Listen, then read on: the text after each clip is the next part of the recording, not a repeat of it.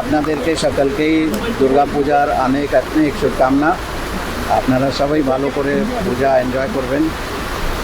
Kolkata police অনেকবার পূজা organiser যারা আছেন ওদের সঙ্গে অনেক মিটিং আমাদের হয়েছে। গত 6 মাস ধরে আমাদের প্রস্তুতি চলছে। আমরা রেডি আছি। Kolkata police from security point of view আমরা প্রস্তুত আছি। ট্রাফিক আমরা ভালো করেই ম্যানেজ করতে পারবো, এরকম আমরা অ্যাসুরেন্স দিতে পারি। পাবলিকের জন্য দুর্গাপূজার একটা অ্যাপ কলকাতা পুলিশ তৈরি করেছে। এই অ্যাপটা আমরা 2-1 দিন পরে লঞ্চ করবো, যেটা একজ্যাক্ট লঞ্চ ডেট আমরা বলে দেবো।